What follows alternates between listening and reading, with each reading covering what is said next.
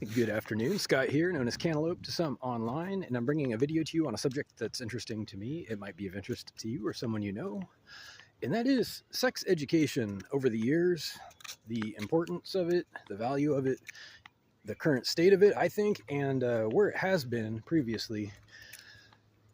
I can speak from my own experience, and that is we had a form of that in my high school.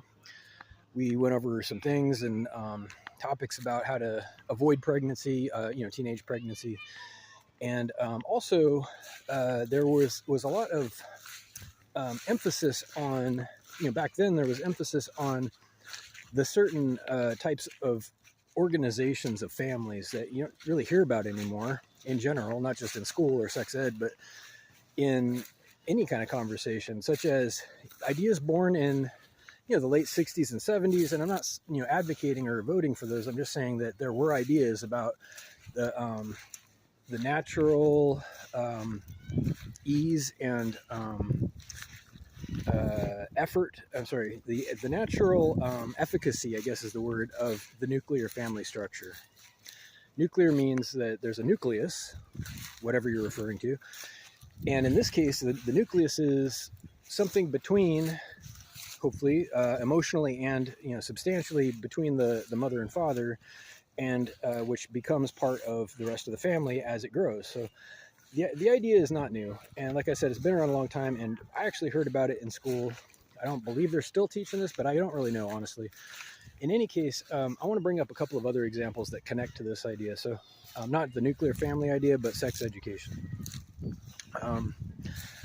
There are cultures right now in the world that are reforming school curriculums, among other curriculums, social curriculums, expectations, and what has kind of rolled backwards in a lot of ways as a result of misunderstanding and some misinterpretation of the Bible, to be frank, which conveniently omits a lot of information out of respect, I think, for the people in the Bible about their sex lives that they surely had. And I just don't think it's realistic to think that they didn't.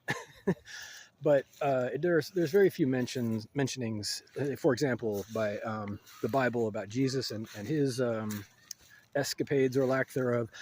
Very likely, like I said, out of respect for the man and his legacy, his reputation. That it's a sensitive, private subject for most people, and you're not going to find a lot of stuff about him going to the bathroom either, for the same reasons. But I'm quite sure he did. So anyway, for example, Family Guy, famous satire show, cartoon for adults and kids mainly, very popular in the late 90s and for decades moving forward. I might even still be on the air, I don't know, but there's one episode in particular. I remember they tackled the subject of statutory rape, because this is connected to the idea of sex education, in that it's antiseptic and clinical to teach sex education with a textbook. Like any subject, there has to be some example, some kind of laboratory, some kind of, I'm just saying, in school, if you don't have some kind of practical working knowledge of how something is useful or implemented, it goes in one ear and out the other. And for something as important and forming of the person as they grow up, as sex education is, it becomes extremely important for them to have the freedom to grow into themselves, to discover and learn about healthy sex practice, so that they can be healthy people. That's the idea. So they can be healthy, independent, and empowered people to make their own choices. Now, here's the thing. A segue of choices and empowerment goes to the next idea that I want to, and perhaps the last idea of this video, where there is a tremendous amount of fear surrounding exposing young people to sex education and sex in general. And it has flown to the extreme due to a lot of bad examples online and in the criminal justice system of people abusing children. It has flown to the extreme of, by policy and attitude, children as a group are completely segregated now. They are cut off from the world for their own protection, we say. We make them create special accounts on websites. We give them very little information about sex in general in the hopes that it will just keep them protected. And it's doing the opposite. It's making them depressed, and you're finding a higher elevated number of suicides. This is measurable. You can look it up. Statistically proven. In recent years, there is a spike in prescriptions of antidepressants, of antipsychotics, of mental illness across the board, and it marches in lockstep, in tandem with the reduction in freedoms, especially sexual freedoms for young people, and the integration of those same people with society at large. Don't take my word for it. You can check it out. In fact, I might do some research and make the graphs myself at some point. I don't have them prepared for this video, but my point is that this fear, this common ambient fear of the bad apples, if you will, people who would be vampires, who would take advantage of anybody, including children. It's, let's be honest, it's that type of personality that we're worried about getting around kids, right? The kind of people who are extremely selfish and perhaps a little bit twisted, and they have no business expediting anybody's childhood. What does that mean? What is expediting childhood? Well, it means that childhood is fleeting and you only get one of them. And here's the point. The point is that no one needs to rush someone out of childhood.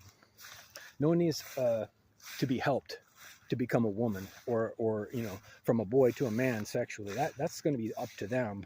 And there needs to be tremendous resistance on the part of any party, so whatever age they are. If they are the same age, whatever, they need to grant the respect and space and opportunity for actual consent every step of the way, at least a few times. It has to not just be a question. It can't just, you know, be available. It has to be something that person, that individual, has decided completely that they want, and it has to be provable, or else the laws get invoked.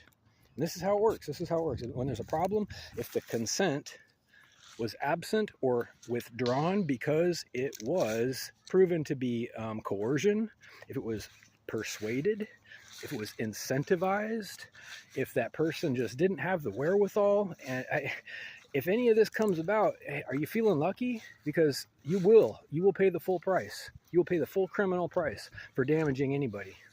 And I say that when you separate children from that rule, you're doing everybody a disservice, because rape is rape, whether it's statutory, whether it's conventional rape. Taking something from somebody, whether it's in sexual in nature, or if it's you know, monetary, if it's property, or if it's just their spirit, is wrong. It's criminal, no matter who it is. We happen to have special rules and laws about children because they are particularly vulnerable.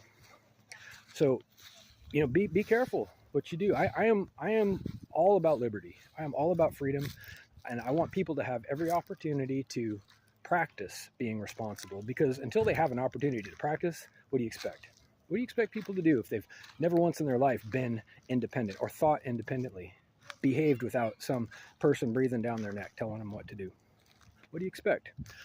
They're going to make mistakes, okay? Let's be honest. They're going to make mistakes at first, which is why second chances are very important, which is why understanding and wise administrators are important, so that you don't just ruin it for everybody, so that you don't just destroy a person's life if they happen to make a mistake once. It depends on what they were trying to do and what the actual effect was. See, what they were trying to do tells you what to do about it. If there's a problem, I don't want to go on and on, but if they were doing it on purpose to be malicious or selfish, that's one thing. If it was an honest mistake, if someone was just trying to do the right thing and they made a mistake, which happens, that's correctable. But our current system doesn't see a difference in that. Our current system claims to be blind, treats people as equals, that is no special cases, which is a contradiction of terms. And I don't want to go on and on about justice, but you cannot serve justice without considering special cases. Circumstances are part of due process. Establishing the circumstances, the motive and the effect, defines what happened in the middle every time. So it's a lot to say about it, but back to the subject of sex education. Last thing I want to say. There's a very popular band called Air. They're a French band. Many great albums. Check them out if you have time. And they have a song called High School Lover. I want to just talk about that for a second. I was a little shocked when I heard this song for the first time because I am from California. California, if you know, is pretty rigid about their rules. We've got a robust court system with tons and tons of correctional officers and law enforcement people. We've got very low tolerance and zero tolerance of any kind of misbehavior here. And when I heard this song called I'm a High School Lover, did a double take. I'm like, what does that mean? I had to think about this for years. Okay, I want to share something. I thought about the song and its lyrics. And I understand now that the song is about guiding young people into a happy, healthy life. It's not about taking. That's the big difference. The big difference is if you love someone, you want them to make their own decisions. You want them to grow and be happy and healthy, not just today, but every day moving forward, especially if their own childhood is at stake. To make the right choice with a young person means you maximize their childhood. You don't end it. Now, there's a lot to say, but until there's a problem, until someone accuses you of being on their property without permission, that could be a problem that would be substantiated and then perhaps followed up on in legal terms, just like statutory rape could be a problem if there was a problem. And it's very difficult to accept this, that there isn't always a problem when it's proper and consensual. And I'm not saying everybody should run out and have sex with a kid. Don't get me wrong. That's not even what I'm saying. Quite the opposite. I'm saying don't overreact. Quit spoiling society for every single person every time someone misbehaves. It's unsupportable. It's unsustainable.